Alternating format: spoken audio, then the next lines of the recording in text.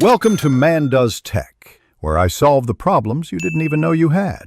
In this video, I will explain how to make smooth hair at home.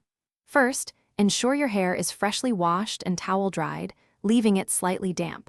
This provides the ideal canvas for achieving a sleek look. Next, generously apply a high-quality heat protectant spray throughout your hair. This crucial step shields your strands from potential damage caused by styling tools, ensuring your hair remains healthy and vibrant. Finally, use a wide-tooth comb to gently remove any tangles, preparing your hair for the next steps. Now, let's move on to drying your hair effectively.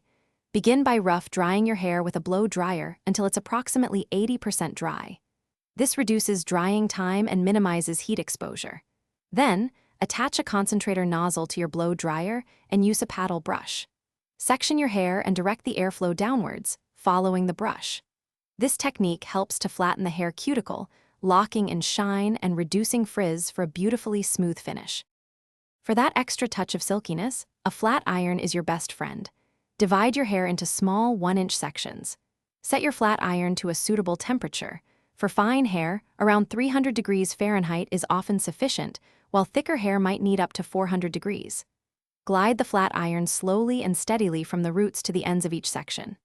This single, smooth pass helps to seal the cuticle, creating a sleek and polished look. To complete your smooth hair transformation, apply a pea-sized amount of lightweight anti-frizz serum or hair oil. Distribute it evenly through your mid-lengths and ends for added shine and frizz control. Remember to avoid touching your hair too much, as this can introduce oils and disrupt the smooth finish. For lasting results, consider sleeping on a silk pillowcase.